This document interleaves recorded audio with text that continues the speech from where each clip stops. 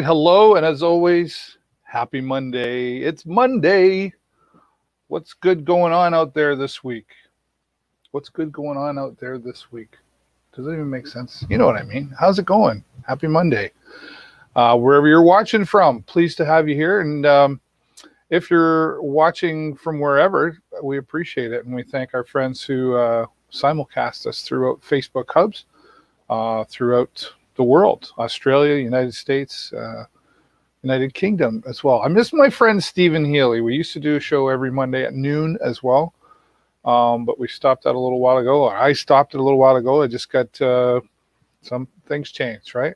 But I miss doing the show with Stephen Healy. So Stephen, if you're watching, you and I should we should maybe we'll just do a once a month show, and then we could do like 2 hours. And if this is your first time watching, do me a favor and type a 1 in the chat, just so we know where you're from and who you are, and or not. Like, I know I ask people every week to say hello in the comments. It lets me know you're there. It lets me know somebody's watching. But I get it. Some people are shy and they don't want anybody to know. So that's cool. Wherever you're watching from, appreciate you being here. Weekend. What do you do? What are you doing on the weekends now that because we're in this lockdown, right? Not supposed to be going here and there and whatever. I know there's a bit of I don't know if it's controversy is the word on what you can and cannot do, and can the police pull you over, etc. At the end of the day, I think we just need to stop looking for loopholes as to, well, it says this, so I can do this. We just stay home, right? Let's go to the comments, see who's there. My friend Dom, who's watching on YouTube, says hello. Hello to you, Dom. And Carl, who always joins us from Oshawa, 73 is to you. Carl, thanks for being here. Hope you're keeping well. What are you doing to keep yourselves occupied on the weekend? If we go back in time to, if we hop in the DeLorean, so to speak, and go back in time, back to the future. Boy, if we could do that now, what we would do differently. I think it was it's less of a shock this time around, right? But I think it's an opportunity. At least I, the first time around, took it as an opportunity to learn some new things, do some new things. And one of the things I love to do is read. Do you read books? And what are you reading? What are you reading? I got this book not too long ago. There's actually there's another book that I wish I still had. I'm gonna have to find it. It's still on Amazon. It's called The Slight Edge, written by Jeff Olson. And this book that I picked up by James Clear, it's over 1 million copies sold. I reached out to James, hoping that maybe I could get him here for an interview. Number one New York Times bestseller. Tiny Changes, Remarkable Results. It's called Atomic Habits, and it's it's a personal development book. If you're I sometimes these books, I guess self-help or personal development books, they can be complicated to read, right? You know what I mean? This is an easy read. That's why I got it. It's an easy read. And I learned something a long time ago. I've got to get that book again, The Slight Edge. I mean, Jennifer's reading this as well, too, because I nagged her to.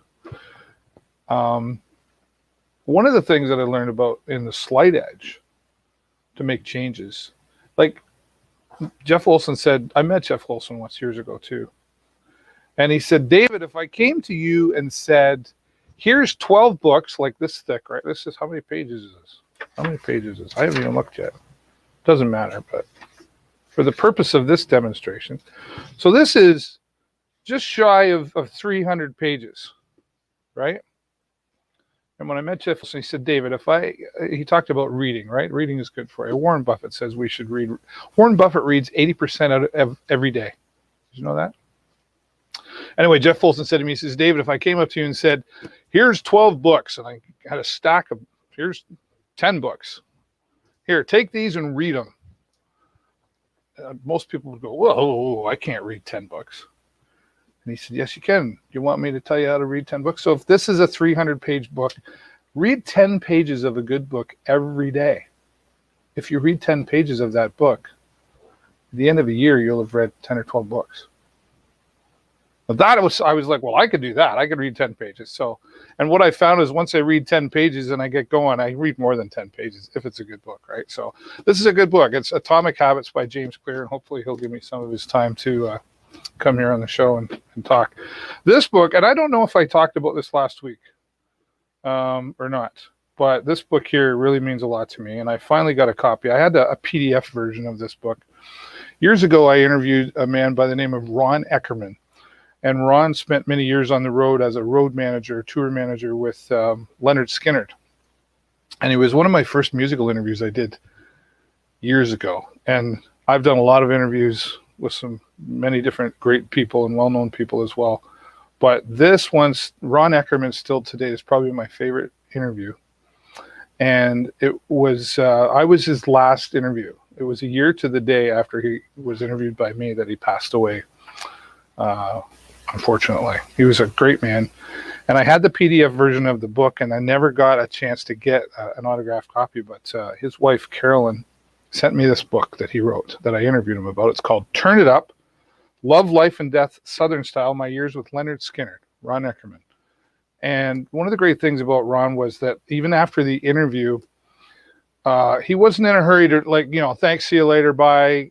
We probably via Skype talked for another 40 minutes about Leonard Skinner. And so he actually was on the plane crash and survived the plane crash.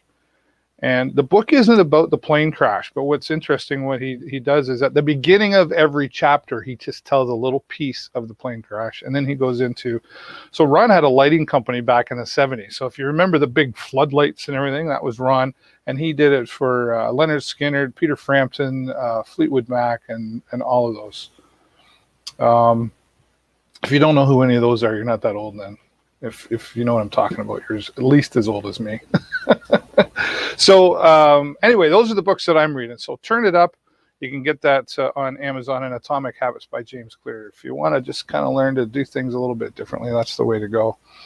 And yeah, I'm glad I got that. So there you go. You learn something different while we're in this lockdown, whatever's going, whatever you want to call it. It's time to learn something new. Get a book, go online, learn something new. Stop playing Candy Crush. There's too much Candy Crush going on in the world. It's not accomplishing anything. So if you are watching, once again, please say hello in the comments. I'll see a few there. We'll go over and say hello. And there's Steve McLaughlin says, hello, David. Love your shows. Thank you, Steve. I appreciate you watching, and thanks for the comment. And 7-3 back to you, Carl. Adele Richards popping in to say hello. Another easy read self-help book is Think Like a Monk by Jay Shetty. Oh yes, I've heard of that. I've never come across my bookshelf. Think and Grow Rich is another one that I like. Dom is saying, I'm going to join Stephen on Wednesday and have a gift coming pretty soon. Oh, I like gifts. And we'll have to see what are you talking about on the show? You have to tell us. And of course, Jesse, are you checking in from the gas station today, Jesse? You're probably working right now, right? Thanks, Jesse. You are working, and gas is going up to 106.9. There you go. Jesse is he's like my personal gas buddy. You know how you have that app on your phone? Jesse's my personal gas buddy. He sends me messages all the time what the gas is going to. So thanks, Jess, and thanks for working hard out there, buddy. And Margaret Harwood. Hello, Margaret. Hope you're doing well through all of this, and I hope you got to have some sort of, I know it was Rob's birthday yesterday. Was it yesterday or the day before? And I did wish him a happy birthday. And I missed my buddy Rob. And his lovely wife Diane as well. Okay, well, let's go to some numbers. I guess you know the numbers, and let's bring some of those numbers on. Things are still going up, right? So at the end of the day, when I don't know, when I still see this isn't real or whatnot, I just give your head a shake, right?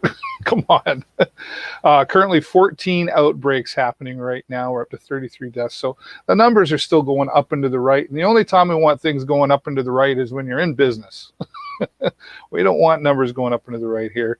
So I just reiterate, like I do every week to everybody, let's just keep doing what we got to do, follow the guidelines, and go to lambtonpublichealth.ca. That's where I get this information from. You get the accurate information.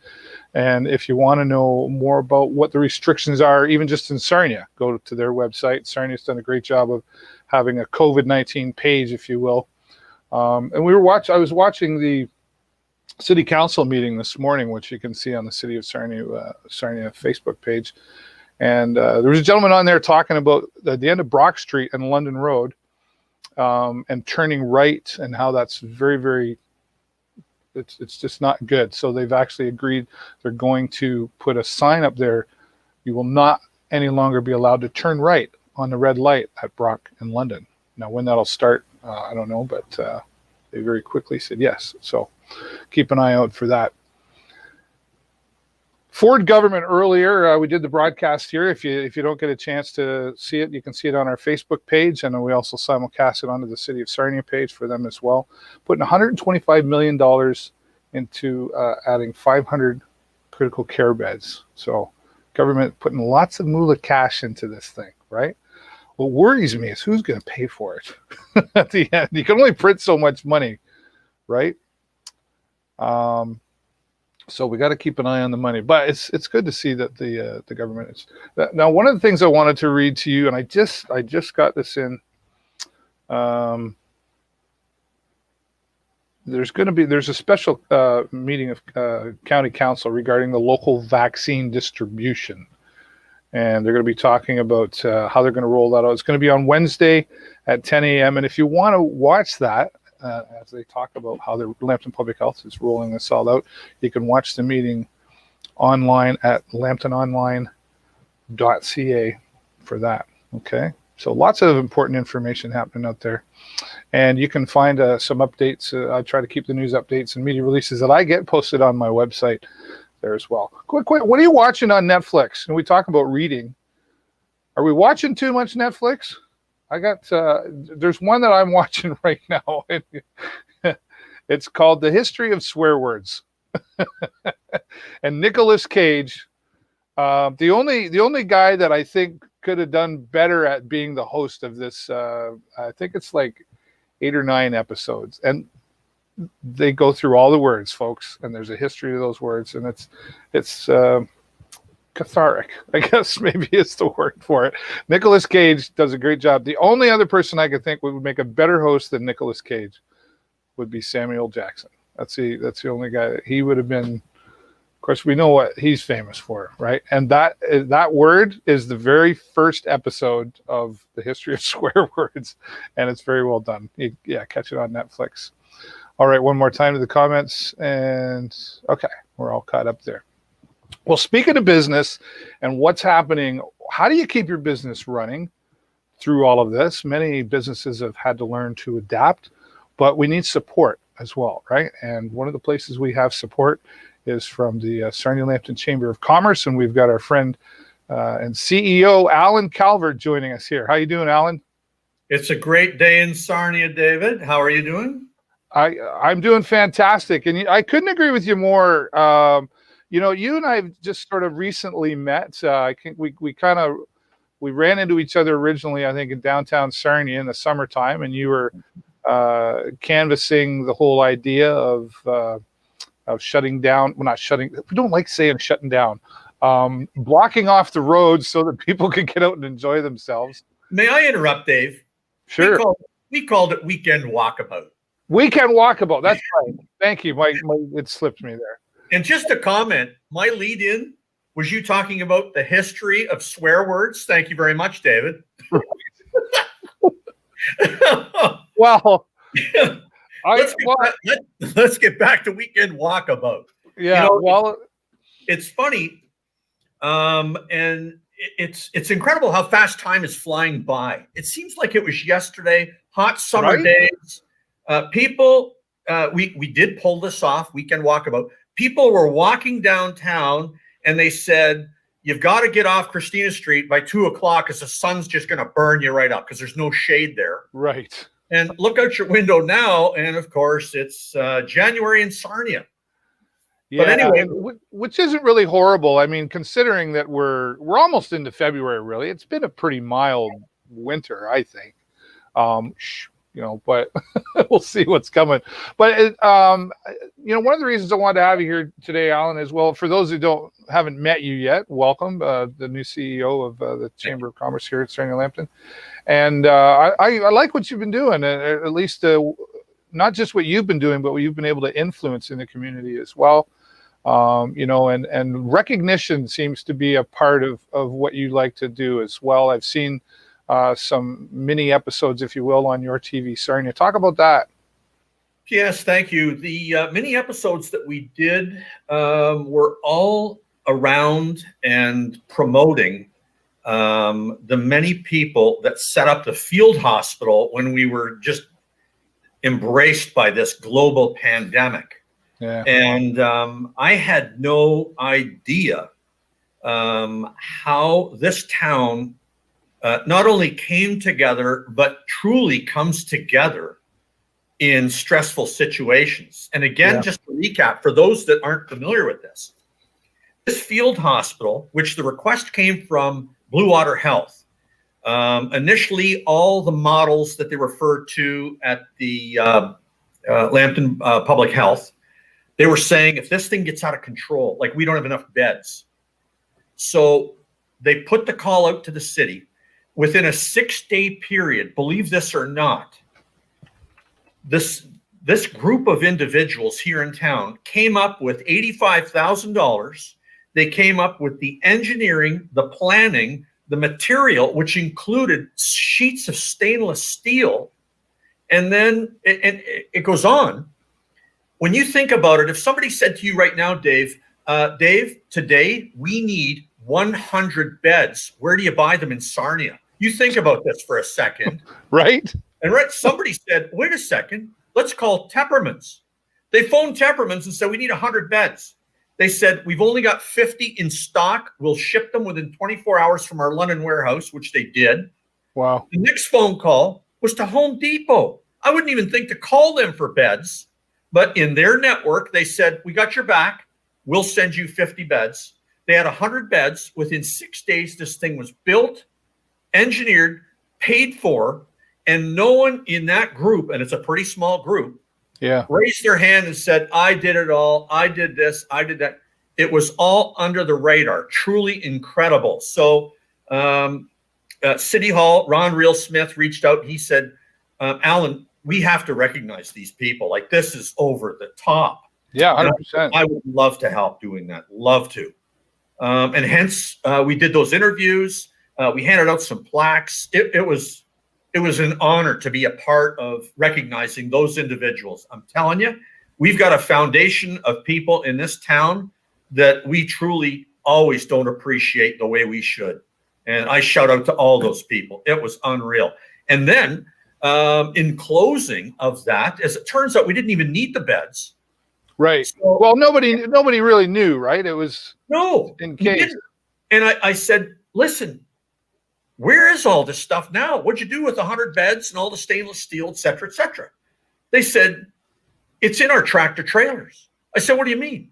They said, we warehouse this stuff. So in a heartbeat, if somebody calls and says, we need this stuff, we're at the ready. I said, how long does it take to set up? And everyone said the same thing, 4 hours. 4 hours and we're good to go. That's here in Sarnia. I had no clue. We've got talent here, I'm telling you. It was outstanding. Yeah. So back to your question, what was I doing? We were recognizing these people, and they deserve even more recognition. Yeah. Alan, where are you from? Where do you come from? I moved here in 1984 from Steeltown, Hamilton, Ontario. Oh, okay. All right. And a quick aside to that, at the time I was in the hospitality business. And I'll never forget, the company I worked for back then in 84 bought the Drawbridge Inn from Ryder Block Anderson. Yep. And they brought me in to work with the management team to manage it and get it marketed. And I can remember telling friends and relatives in Hamilton, I said, guys, you won't believe this. I got a promotion. They said, congratulations. What are you going to be doing? I said, I'm moving to Sarnia. And there was just dead air. And they were like, are you sure that's a promotion? Where's that? They said, have you ever been there? I said, nope. They said, geez, I don't know about that. But anyway, I moved here. The first year I was in Sarnia, I lived in the hotel because I thought, I'll come in, I'll do my thing for a year, and I'm out. Right. And I never left. I stayed. And I'm not leaving. Believe me, I'm not leaving. Yeah, well, good for you. Like, I've lived here all my life, right? And I've never left. I went away for a summer, but that was just I was 20-ish, so I was having fun. But I never really left Sarnia. And and I've said this probably almost on every show with every guest I have. Sarnia Lambton community in time, especially in time of need, knows how to come together and support each other and collaborate. Just to make it work. And there's not always a lot of hands going up saying, oh, that was my idea, right? Because at the end of the day, nobody really cares whose idea it was when it comes down to this type of thing that we're doing. You got a lot of excitement in your voice. You can tell you're very sincere and passionate about what you're doing, which I think really you're different. I think in talking to you before all of this happened, and some other people that we know mutually, it's like, oh, Alan's got some great ideas and stuff. And then the pandemic hit, and it was like, wow, we really got to adapt and do some different things. Mm-hmm. What's happening now in the chamber? I mean, you have the walkabout going on. That's supported downtown. That's great. What about the rest of the Sarnia Lambton world? And what's the chamber doing now? Yeah. Let me just reiterate something. And again, I have to emphasize that we are called the Sarnia Lambton Chamber of Commerce. Yeah. Now, for those that are kind of familiar with Lambton County, I encourage everyone, Google Lambton County, have a good look at the map because it's from Grand Bend. I know, right? This side of the main drag, all the way down just past Port Lambton. Yep. And incredibly, and I speak to people coast to coast in business, especially during these times. There's a lot of organizations that are looking to collaborate. One of them being that we're in discussions with now is the Canadian LNG Alliance, Liquefied Natural Gas Alliance. They want us to embrace them because they want a higher profile in this part of Canada. And we got talking about our relationships in our chamber organizations with Indigenous communities. Right. And I said to them, believe it or not, in our jurisdiction of this chamber, we have 3 First Nations communities that are part of us. And they were some of the first people that phoned me to welcome me back to Sarnia. I was just overwhelmed, truly. And they couldn't believe some of these Western companies and organizations, the working relationship that our businesses have with our First Nations communities. So it's been quite an education, fascinating. And believe it or not, it's something that the entire country is paying attention to, especially during these times. So I feel proud to be a part of that networking, if you will. And there's great things on the horizon. Back to your question, Dave, what's the chamber doing? Especially, and again, this pandemic still has us around the ankles. It's not letting go. And a tribute to this community for doing their damnedest, believe me, at following safety protocols. We are doing a good job. Our numbers are going up, yes, but we are still doing a good job, a better job than residing in some of the bigger centers, like I said, from Hamilton, Toronto. They're in a mess. So we're doing a good job. But moving forward, and a lot of what we will do and have to do in the next several months moving forward is going to be virtual. There's no question about it. Yeah. We're looking at running events, for example, and these aren't carved in stone, but this is some of the ideas that are percolating right now.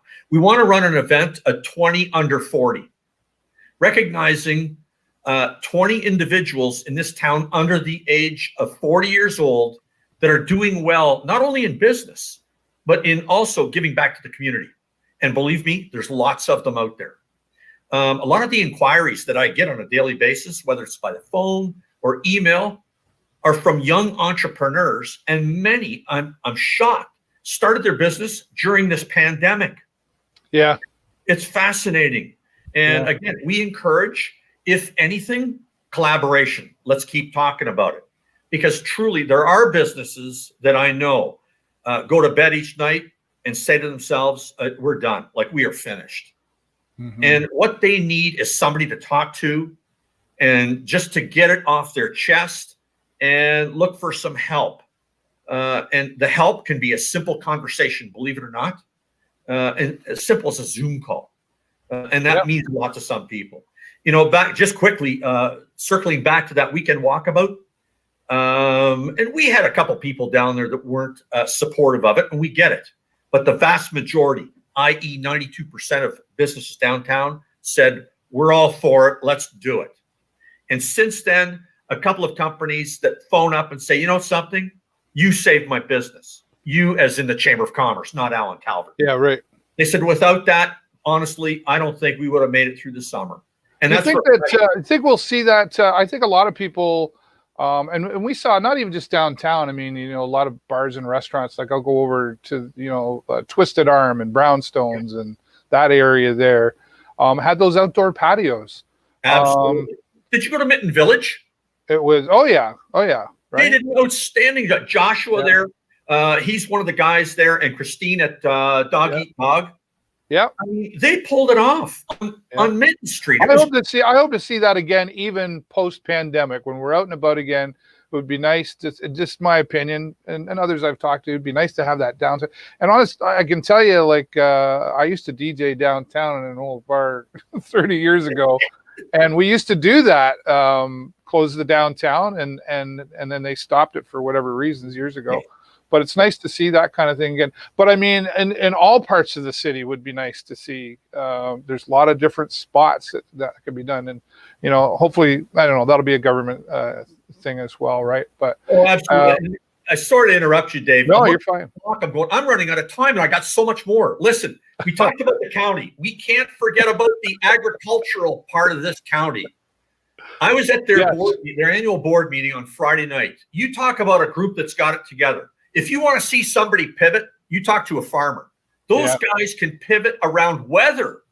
Yeah, my wife's family's in the farming industry, and they've certainly made a lot of different things. And I like how you included that industry, and I really liked earlier how you mentioned look at a map of Lambton County. I just had this conversation with somebody the other day, and from the Grand Bend area, and I said, boy. Oh, it was last week at the Heritage Museum, right? That's out Grand Bend way. And so, boy, I hope you guys don't get forgotten because you're a part of all of this. So I think it's good to recognize that as well. So, I think it's great to see what you've been doing there. Sorry, go ahead. No, if you have it to invite me back, and I would love to come back. I'd like to talk just about the outside of this city. And I love this city like you have no idea. But there is so much out in the county that we haven't even talked about, Dave. Yeah. We got great communities out there. I can't believe what they're doing in Petrolia. And there's people investing right now in that area, not only in a golf course, but building a hotel. Dave, do they even know there's a pandemic, a global pandemic? Right. They're investing in our county. Right. It's truly refreshing. Yeah. Well, I think the key in all of this is to keep doing.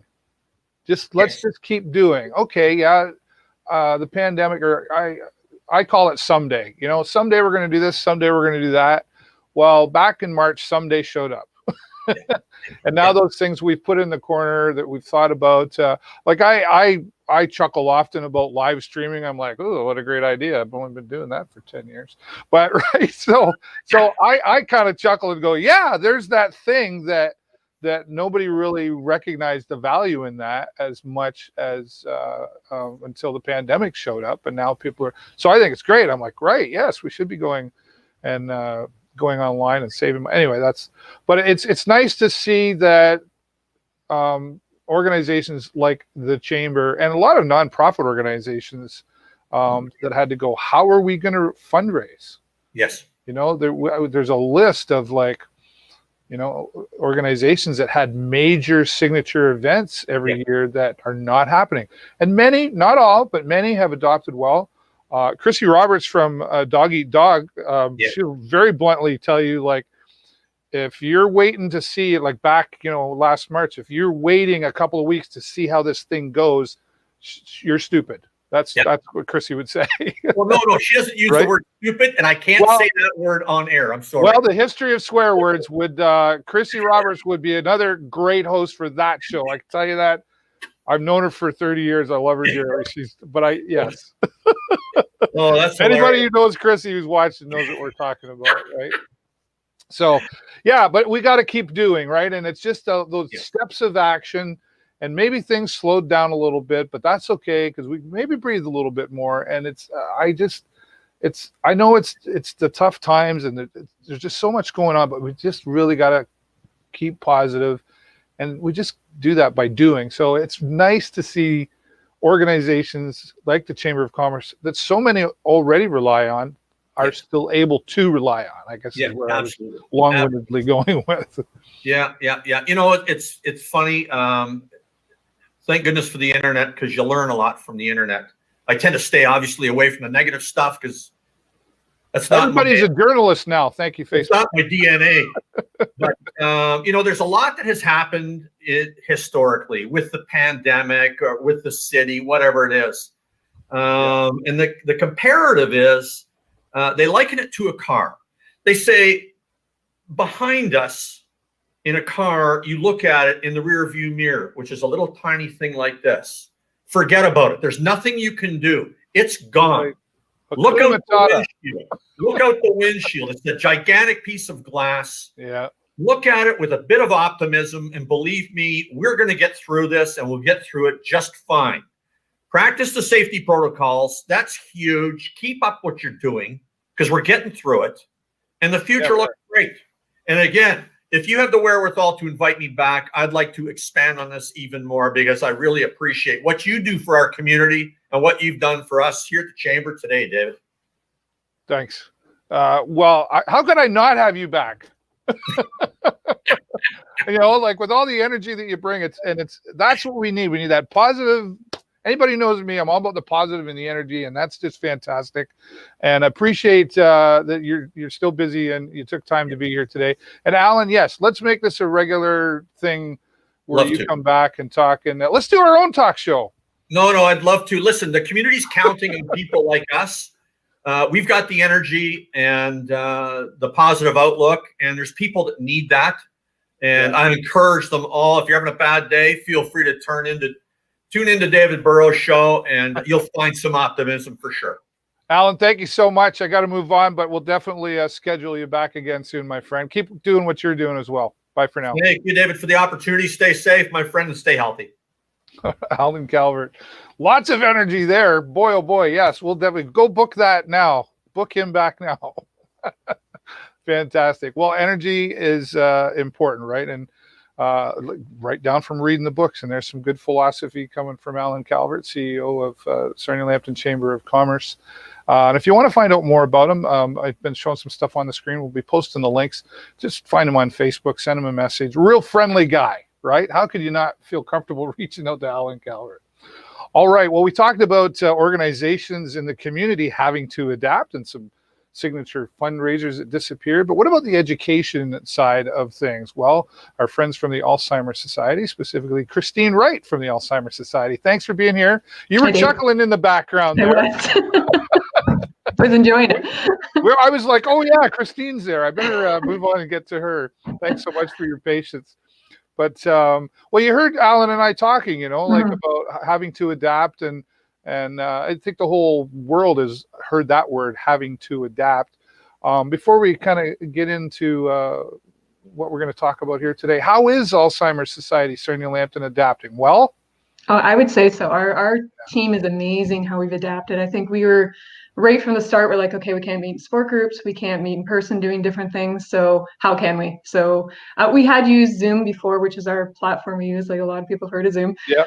We had used it before for educational things across province because we want to talk to our cohorts over Ontario. And so Zoom wasn't new to us, but we hadn't really used it for things like support groups and education and all that. So we are amazing how quickly we were able to just keep going with what our services were in a new way. Certainly not the same. We would love to see everybody. And we've been able to do a little bit of that as well. Currently not right now, but safely doing that. And we're hoping we can do that again, you know, very soon. But I don't think the way we've adapted will go away. I think we will still be doing some of these things over the computer, and I've been doing some education for family, and you have a whole family that are living all over Canada or Ontario, and they can all come together and get education at the same time. Yeah. So No, we couldn't I have done agree that with before. you. I think, well, and again, I sort of selfishly go, yeah, great, everybody finally get on there, understand the value of this, right? And but in the sense of, like I say, we were kind of forced into a corner. It was like, even teachers, let's talk, we were forced to, yeah, I know about Microsoft Teams. Yeah, I know about Zoom, but I don't really want to use it. Now it's like, well, you better learn, right? Because that's how it's going to happen. And I would suspect with what you're dealing with here as well, you talk about the education factor. There was probably some education in teaching the people that you're trying to reach on how to use that technology. Am I right? Yeah, I'd say overall it's gone really well, though. I think a lot of people were nervous to try it. I've had a couple little glitches, like I had somebody come in a meeting upside down. We had to figure out how they even managed that. But in general, I think our clientele have been really amazing to jump on using it as well. Yeah. There are some people though that don't have computers at home, don't have Wi-Fi at home, so it's not ideal for everybody. I do want to acknowledge that. But we have had, I think maybe some of our clients have been surprised themselves how easy it's been for them. It's clicking on a link and joining in. And some have liked the fact they don't have to get in their car at night to go home after, a group, or, there's some good in it too. But yeah, that's right. Yeah. That's right. Okay, well, let's talk about some events that you've got coming up. We talk about doing virtually. Where do you want to start with that? Sure. I think the first thing we were talking about was that we're going to have a speaker, Dr. Orange, who's from Western University. Yeah, that's him there. And he's going to be coming to present for us, or not coming, he'll be over the computer presenting for us on February 16th. And I find that a little funny because we've had Dr. Orange speak over the years. And one year, I believe it was February, we booked him and we had a horrible snowstorm and the 402 was closed. And he said, no, I'll be there. And I said, no, the 402 is closed. You can't get to us. Yeah. And we don't want our clients going out in that weather. But this should not be an issue this time. Doesn't matter what the weather is. If we're snowed in, we can still have this presentation with Dr. Orange. So we're thrilled to have him back. He's known as an amazing speaker on dementia. And his expertise is on communication and dementia. So he's looking at sort of best approach and understanding how the brain is changing, understanding how that affects how those who are providing care, the care partners of somebody with dementia, do need to approach in a different way because the style of communication will change because of dementia. Yeah, and that's it's really like learning a whole new language sometimes, right? Whether and that communication and I guess as family members and care providers, how to receive what comes from someone suffering from Alzheimer's, right? Is that part of this as well, like how their feelings are in all this? Yeah, he's going to explain exactly how they're processing and how they're giving information, and also best approach that family members tend to want to fix, and they want to help by saying, oh, no, that's not the right way. And sometimes that's actually not beneficial because there's a story I heard of years ago of a lady that had something in her basement, and she was calling somebody to come to assist her, and she kept saying, there's this giant bumblebee in my basement. And the person providing care is like, well, I know there's not a giant bumblebee stuck in her basement. She's got Alzheimer's disease. She's obviously confused. What it turned out to be was a raccoon. Oh. So they're both big, fuzzy striped animals. So in her brain, she's searching for the word raccoon and she comes back with bumblebee. So what she had said was not wrong. It was just one word off. But you would tend to go, well, no, there isn't. That can't be in your basement. Where she's quite upset because there's a raccoon running around her basement. Yeah. Right? Christine, and my story with my dad having Alzheimer's, and I can totally relate.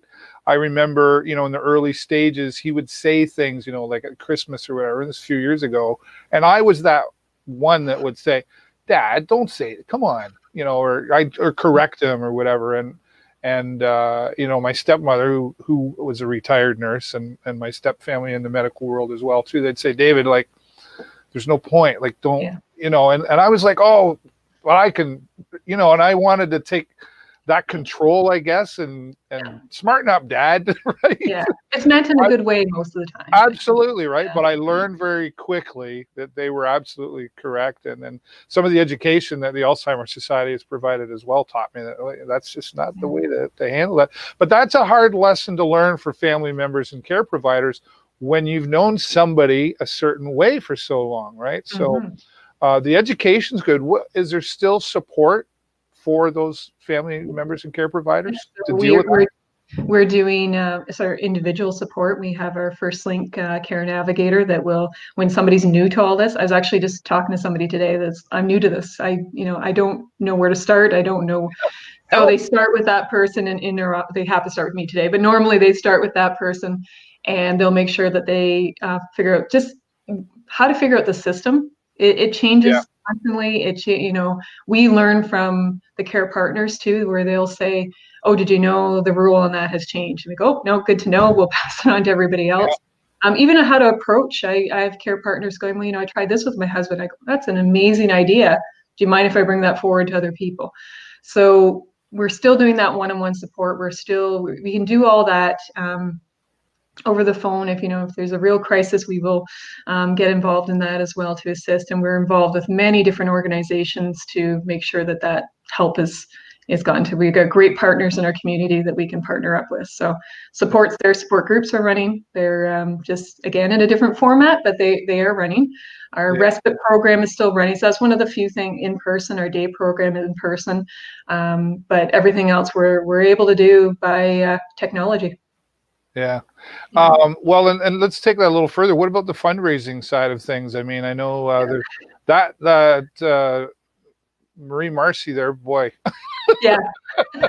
There were some challenges, but that's the community's still good at supporting those online fundraisers too, right? Absolutely, yeah. And I talked about Adaptable. Marie and her crew that are our volunteers and all that working on these events have been adaptable because, as you said in your other conversation earlier, we had key events that we can't do. We couldn't have our golf tournament. We couldn't have certain things. We couldn't have or we had our sort of big party in September we normally have. Instead, we had people pick up meals and have their own little get together in their own home instead. They are planning something for Mother's Day, so you have to have Marie back on to talk more about that. She was hinting the other day, David, you have to talk to me. Okay, so she's going to put me to work or something. I don't know. Yeah, so she has an event coming up with Sarnia. I believe it's Sarnia Cabinets. They're sponsoring a makeover. So they're calling it the Warren and Buffett. Like, I don't know if you get that joke. Yes, I do. But it's Warren, W-O-R-N. Anyway, it's a kitchen remodel and looking at there's other pieces to it too that I'm sure Marie can tell better than I can. But we are changing our event. We never did a Mother's Day thing before, so they've been very smart and creative in coming up with new things we can do that are COVID friendly. Yeah. Right. No, that's great. So we've got the doctor coming in February, but you're also doing something called Topical Tuesdays. Is that right? Yeah. That's a silly little name I made up for every Tuesday. Yeah, I was trying to have something people would remember. So every Tuesday at 3 p.m. I do a little presentation, just a quick 1 hour kind of presentation for those who are providing care to somebody. So it's meant for those family members or good friends or whoever might be trying to assist somebody with dementia. I do ones for professionals as well too. So I'm doing presentations for long-term care staff and all that again over computer. But the Topical Tuesdays are meant for those direct care partners and just different topics. I usually have a theme for the month. So the one in November, I did a reminiscing themed one. In January, I did, what your resolutions should be as a caregiver. February probably has something related to Valentine's Day. I'm deciding this week what my topics will be, but it's just different topics to help provide care better. So some of the things we talked about before, best approach, things like that. Yeah. That there's no real book I can just hand people and go read this and you'll know what to do. So we have a good discussion and I answer questions and give people information on how to best help their family member or friend. It's, and I know you know this, but it's just good to just talk about stuff. Mm-hmm. It's Absolutely. that one medicine that we really some of us could get better at, but we just need to get it out, and know that And I know several people who use the services of Alzheimer's in currently and in the past, and many of them said the same thing. It was just nice to know I wasn't the only one. Yes. Yeah. Or that my partner was not the only one behaving that way, Mm-hmm. and that I wasn't doing anything wrong. All that stuff, right? That just alone saves people, I think. It does. I have people, they go, thank you so much for your help. I go, I feel like I just listened to you today, but it's, I always say, call us. There's never a stupid question. There's never anything that will bother us. We're not a 24-hour service, but we certainly will respond as quick as we can.